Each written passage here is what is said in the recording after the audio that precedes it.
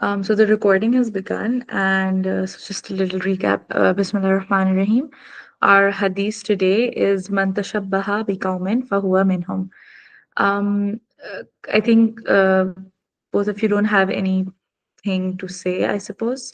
So let's just get into this, right? So usually this hadith is pointed out when it's being talked about the kind of people we should not be. Okay, yeah. So yeah, go ahead, Iman. What do you have to say? Yeah, I just remembered an incident that happened a few months back when it was Diwali. So I asked my mom that why can't we, do the same thing? और हम Mhm. शब बारात में जो है वो बच्चे पटाखे फाड़ते हैं और मम्मा मना करती हैं हमेशा. So I said why not? तो और फिर Yeah. होली भी होती है तो इतना फन इवेंट है और बीच पार्टीज वगैरह अगर कभी होती हैं तो उसमें रंग हो रहा होता है तो उसमें पार्टिसिपेट करने से Yeah. Usually my mother says no. And when I asked the reason, so she says कि that resonates very well with Holi and Diwali, right? तो जब आप किसी पर्टिकुलर ग्रुप की जैसे काम करते हो तो आप कयामत के दिन उन्हीं के साथ उठाए जाओ. Uh-huh. Yeah, exactly. So that's the kind of context in which this hadith usually comes up. If you Yeah, guys are more comfortable, then we can have this session in Urdu instead of English. That's no problem. बता दें अगर आप लोगों को ज़्यादा comfortable है. it's fine either क्योंकि ways. yeah, it's we can go bilingual actually because these will be going on YouTube.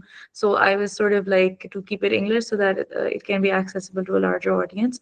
But yeah, completely. This is the context. इसी context में usually हम इस हदीस को सुनते हैं कि फला चीज़ नहीं करनी है because वो आइडेंटिफाइड है वो चीज़ या वो सिंबल है फला कौम का फला सकाफत का फला रिलीजन का एंड दैट्स व्हाई हमें इसको नहीं करना है तो वरना हम फिर क़यामत के दिन उन्हीं के साथ उठाए जाएंगे this is the context in which we hear this हदीस now we will get into this context and it's not like it's wrong however when I understand and when I look at prophetic instructions or guidances I like to look at it from both angles right so एक तो angle होता है कि यहाँ पे ये नहीं बोला गया है मतलब यहाँ पे सिंपल एक स्टेटमेंट दी गई है that whoever you emulate you are like you're from them right that's like you are the people of that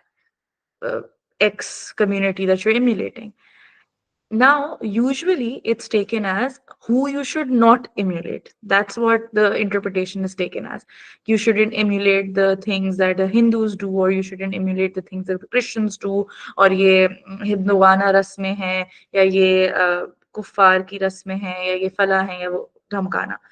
The point is that usually जिस तरीके से this hadith is taught, it's what not to do, right? Whom not to emulate. However, this hadith is not just saying that there's another aspect of it as well because the hadith is just saying that whoever you emulate you are from them right whoever you imitate you are from them whoever you look like you are from them in fact I wouldn't use the word look like we will get into the meaning of the shabba the word that's been used here but the way I want you to look at this hadith is कि yes किन जैसा नहीं होना है because हमें उनके साथ नहीं उठना है कयामत पे but also whom should we actually be like whom should we emulate right because we want to be associated with that tag now that's where things get tricky because one way of looking at life is क्या नहीं करना है मुझे and the other way of looking at life is kya karna hai, right?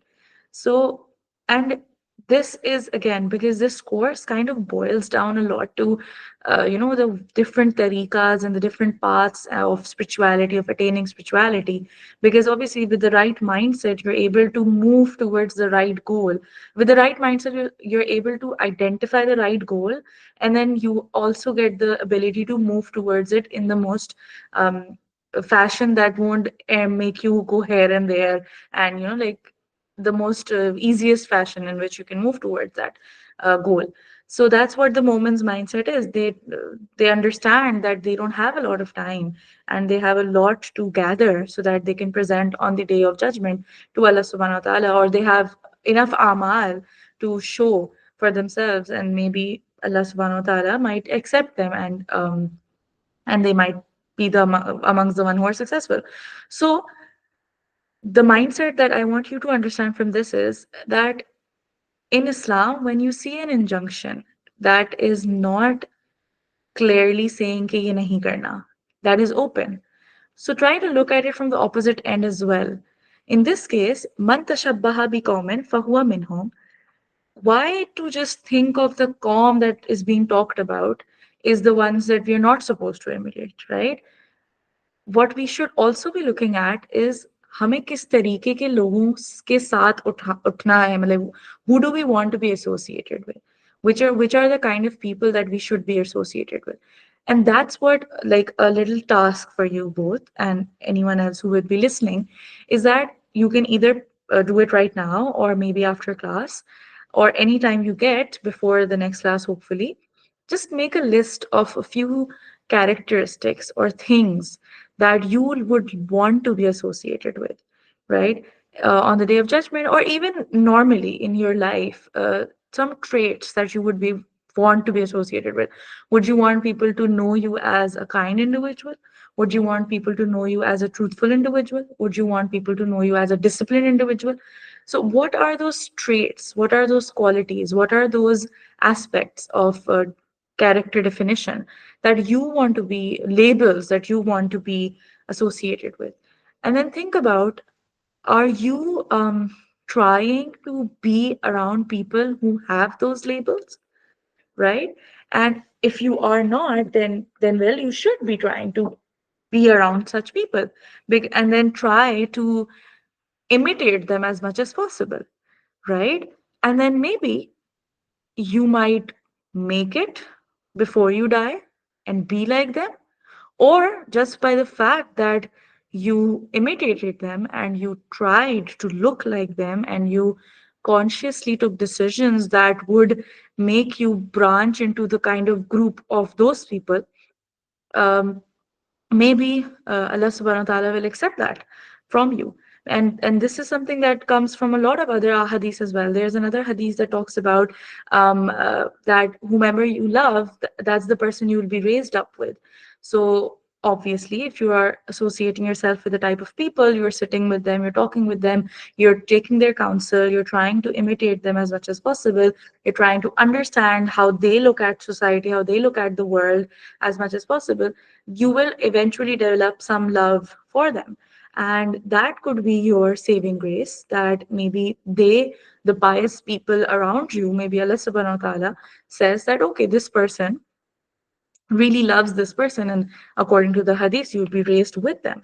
So that is why I wanted to bring this hadith in here, that you should try in your life, your mindset should be in such a way that you are aware of what are the labels I want to be associated with, what is the identity that I want to be associated with, and then find people who are like that, who you think have that identity marker, and then try to be as much as like them, imitate them as much as possible. The word tashabbaha, actually, it comes from the root words of shaba and ha, shabbaha, and it just means imitating, right? Imitating. Assimilation is something that comes in to the meaning as well, that trying as much as possible to be like that group of people, right? So that if somebody looks at you from afar, they're not able to identify you as apart from that group.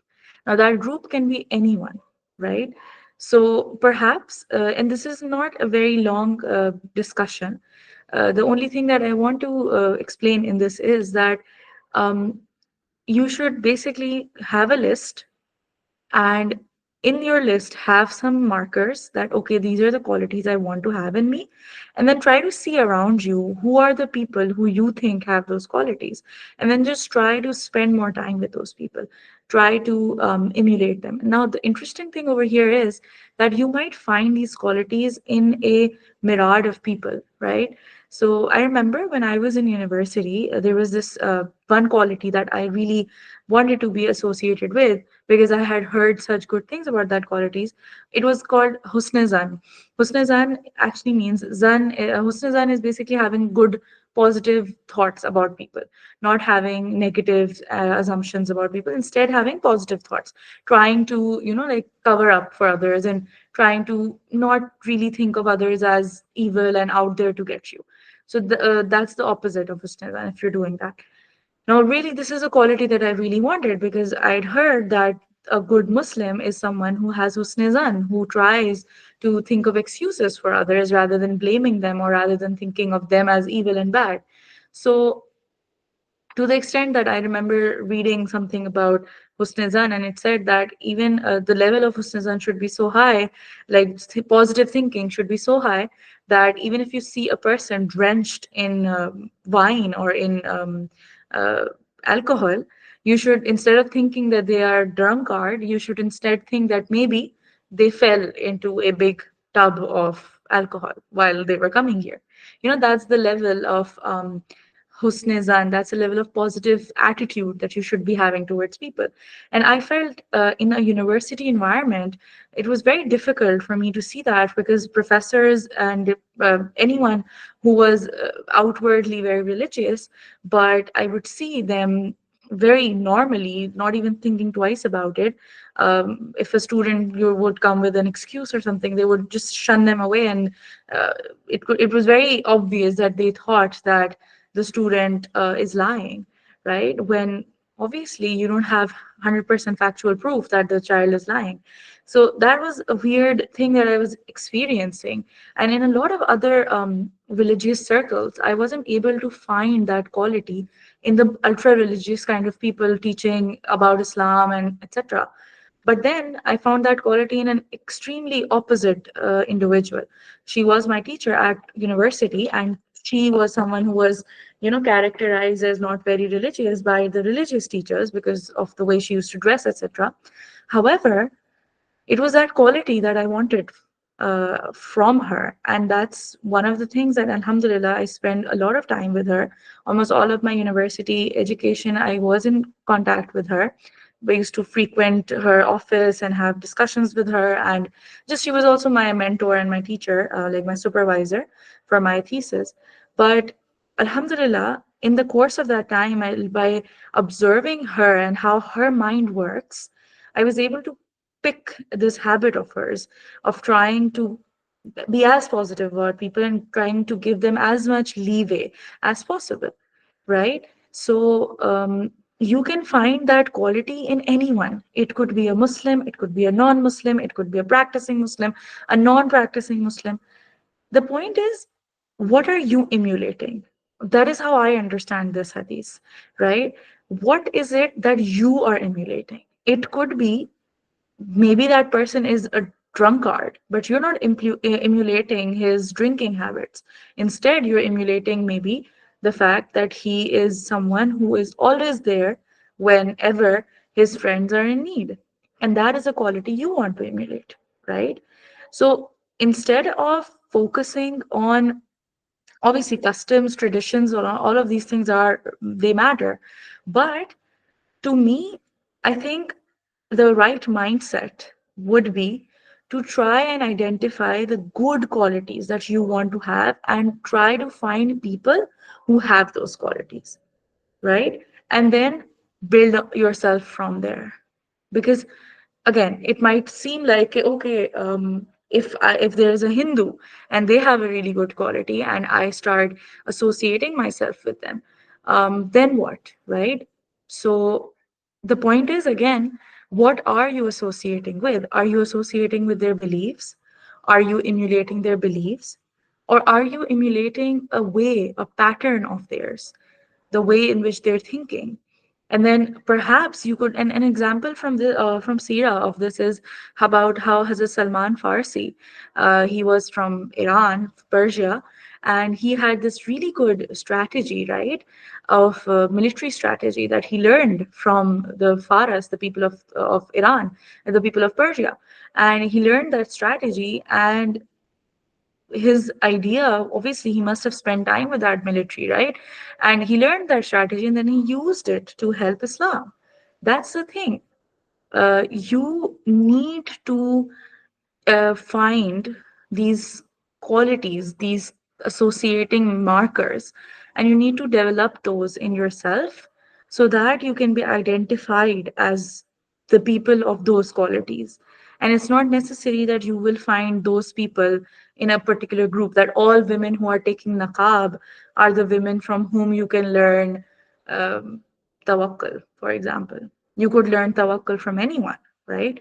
If it's tawakkul what you're after. So in the end, it's Allah subhanahu wa ta'ala who is going to decide what you are imitating, right? So even if, like I would say, even if there is a person who outwardly people would say that this is not a religious person, but if you spend time with them and you were after a very pure quality that Allah subhanahu wa ta'ala likes, and only Allah knows what you were learning from that encounter, what you were learning from that conversation or that interaction, right?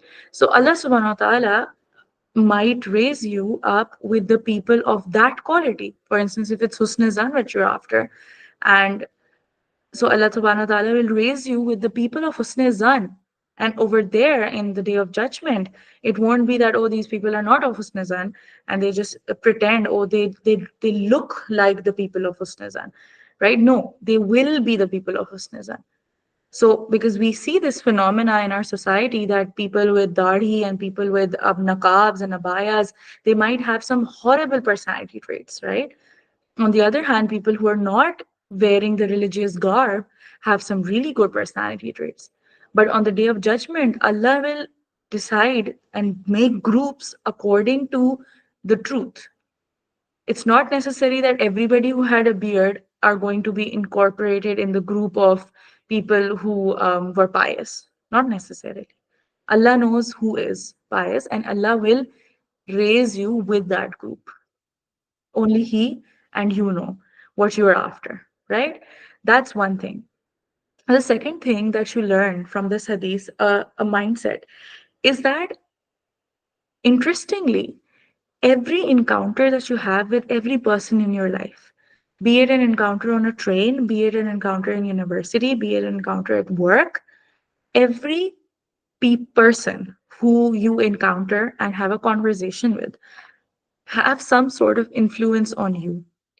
And that influence then shapes the way you think. And that thinking of yours, that is what's going to group you with the kind of people that you are associating yourself with, right?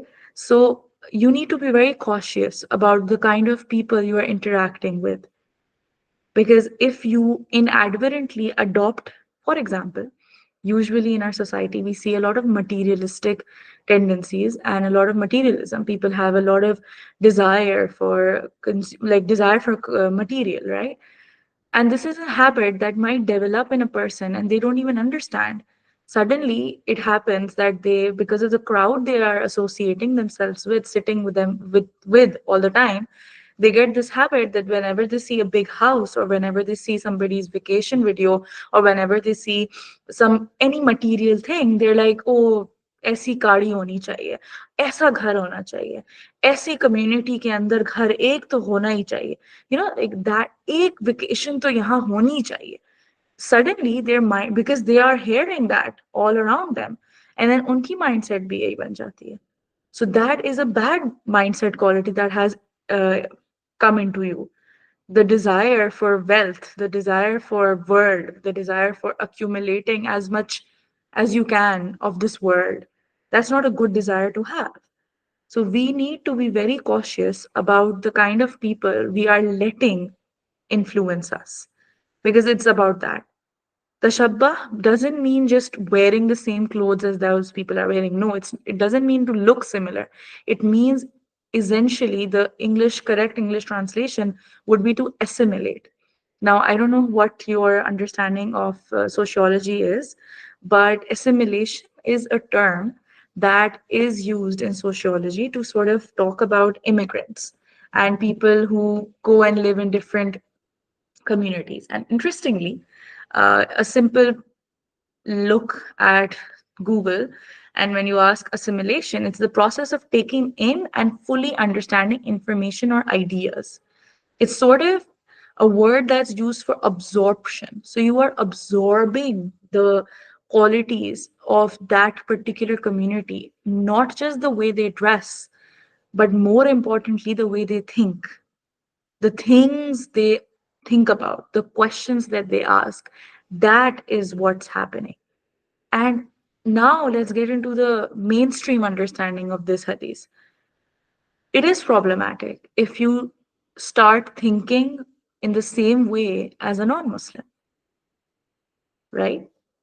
If you start living your life in the same way as a non Muslim or a person heedless of Allah subhanahu wa ta'ala, it is problematic for your akhirah. Because once you start thinking like them, once you start questioning things like they do, once you start desiring things that they do, once you start going after, spending your days and your nights after things that people who are heedless of Allah do, you eventually become amongst them. Then you're just giving yourself these jhuti tasalliyan, these false promises that no, I am running after, I'm spending my days and my nights, I'm missing my salah, I'm missing my ibadah, I'm not conscious of Allah, I'm not doing zikr of Allah, I'm just completely heedless of Allah. In fact, days go by and I don't even think about Allah. But why? I'm running after this particular this means of making money, or this Amazon drop shipping course that I need to complete like three times, and one course is of 900 hours, and I have to complete it three times to get a pro at it so that I can make this X amount of money in this much time. So you've wasted these, not wasted as in you've spent hours upon hours of your life being completely heedless of Allah, not even thinking about Allah. And you've convinced yourself that once I'm done with all of this and once I start making these thousands of dollars in a day, then I will do a lot of charity. Do you know you'll survive till that point? You don't. What if the day you get that $1,000 as your daily income, that's the day you die? You don't even get to do charity of that. Just because you've convinced yourself that this is why I'm doing this, that doesn't mean that it becomes, now the question will come, okay, what about niyat, right? Innamal amalu bin niyat, all actions are based on niyat. Now even that is interesting because we will have a discussion on that, because one of that is one of the hadiths that we have in our list. But you can't fool anyone with just say, oh, I'm doing this bad deed because I have this good niyat. That doesn't work like that, right? I I'm doing shirk, or I'm drinking alcohol, etc. I'm doing all of these acts that Allah subhanahu wa ta'ala abhors, and you just associate a positive niyat with it. That isn't how niyat works. Your amal needs to be in compliance as well. So assimilation is a broader thing. The shabbuh is not just wearing the same clothes as them or doing an action that they do. No, it's actually doing things or thinking in ways, appreciating things that they do, because that is the mindset. Having the same mindset as those people, right? That is the problem. For example, a problem with the atheist mindset is that they think they are superior in their understanding of life or society, right? And if you develop that mindset of superiority and you start thinking you're superior, even if you are not doing anything outwardly against Islamic teachings, but you have this innate understanding about yourself that I'm superior, that will eventually lead you to similar kind of problems. Let me lay a trail. A person who thinks that I'm better than others, right? He is praying, and he at that moment he's thinking, I'm better than others, but obviously Allah is the greatest, so I have to bow down to Allah subhanahu wa ta'ala. But this thinking that I'm better than others, for example, he goes on to apply for some job and he's all confident that I am better than every other applicant who's applied. I have this achievement and that achievement. He's so full of himself and he gets rejected. And then he goes on this entire myriad of okay, how did that happen? How is that even possible? How can somebody else get better a better job than I did? And and then he starts questioning. And then he starts questioning the qadar of Allah subhanahu wa ta'ala. And then eventually, if he keeps on building that attitude, eventually he starts questioning Allah's power itself, right? Because usually such people, they would retort to, instead of thinking that this wasn't the best thing for me and I was thinking it's the best thing for me, they try to make amends or try to use their own understanding. Okay, how did it go wrong? And you'd find such people blaming others instead of thinking that, okay, this wasn't meant for me.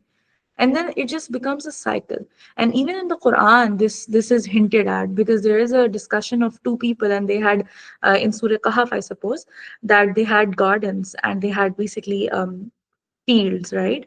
And one of them used to believe in Allah subhanahu, and used to say that Allah subhanahu wa ta'ala can do whatever, and inshallah, he used to basically say inshallah and mashallah, like he used to believe that whatever he has is from Allah. And the other one who used to think that I've worked so hard that this is like I deserve all of this. Yes, it is from Allah, but I deserve it. This is what I should be getting. And nothing can happen to it. Nothing can happen. Tomorrow also, my farm is going to yield so much dates and so much fruit, and nothing can happen to me. And then the very next instant, when they got to their farm, his farm had completely been destructed. Right? So that's the point. Superiority, feeling I'm better than others, can actually lead you towards kufr, right? So that's the gist of what we can learn from this hadith, that whoever you emulate, this emulation, this tashabbuh that's been talking about, is whoever you think like, um, uh, whoever you basically are, whoever you think like, whoever's way of looking at life is your way of looking at life. That's the kind of people you are actually going to be raised with, right? And that can range from whose clothing you're wearing to whose rituals you're doing to whose questions you're asking. It can be all aspects. So yeah, that's how I understand this hadith.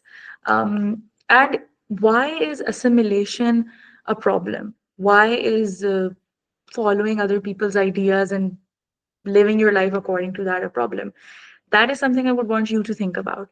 Why would Allah subhanahu wa ta'ala not want Muslims to completely follow the way in which, the pattern in which non Muslims or people who are heedless of Allah subhanahu wa ta'ala operate? Why would Allah not want that? What is the reason for that? What would happen to a person who starts thinking, walking, talking, and living their life in the same way as people who are heedless of Allah subhanahu wa ta'ala? What would happen? Because and in the example that we were talking about, Irman raised about Holi, attending events like that, it's not, see, again, as a moment, in the idea of the course is to fix the mindset, the kind of questions we're asking. And the thing over here is that it's not about the holy itself, the color that's going to come on your face. No, that's not about that. It's about what it's signifying. Why would you want to, why is it that you are wanting to attend such events, right? Why do you feel, what is the reason? Like, obviously you can only answer that. It's not the event itself, it is the why. Why are you finding the need to go and attend such a thing? Why are you finding that fun? What is it that's making you think that, oh, this is your definition of fun? So you need to boil down why, the whys. Why is your brain behaving like that? Why do you, when you see something, you want to do that, right? Why? and and then think backwards. Think backwards as to what that is indicating about your personality, right? Some people might not find a large crowd gathering together and intermixing and all of that as fun, but you do. So why is that happening? What is it indicating about uh, the kind of barriers, the kind of that you have, the kind of values that you have? Uh, is it okay for you? Is it not okay? If it is okay, then why is it okay? Should it be okay? And all of that. So you should be essentially the moment asks a lot of questions, and not irrelevant questions, but questions that make them understand themselves and the kind of wiring that they have. Because we don't live in a society anymore that is, like based on the Quran and Sunnah. We are living in a very different society now, which is based on completely like desire for wealth. Profit is the basis of a capitalistic society, and this is the society we're living in. So, in such a society, we've been hardwired in certain ways, and we need to unravel those wirings. And to do that, we need to question them. We need to ask why. Am I being attracted to these things? Why are these qualities or these kind of people or these type of thoughts or these type of questions coming in my head? And then take it from there. So that's my inshallah, my entire um, deliberation or reflection on this particular hadith. If anyone has anything to say, any question, then please go ahead. Other than that, just have a little two tasks that I've given. Number one, list down the qualities or the things, the labels that you want to be associated with in your life, and then try to actively seek people who you think have those labels, who you think have those qualities, and try to emulate them and spend as much time as you can with them so that you can gain those qualities. Number two, try to search out what is the problem in assimilation. Why would Islam discourage it? Why does Islam not want us to um, assimilate into groups of people who are not conscious of Allah or who are non-Muslims? Okay. So yeah. Any question? Any thought?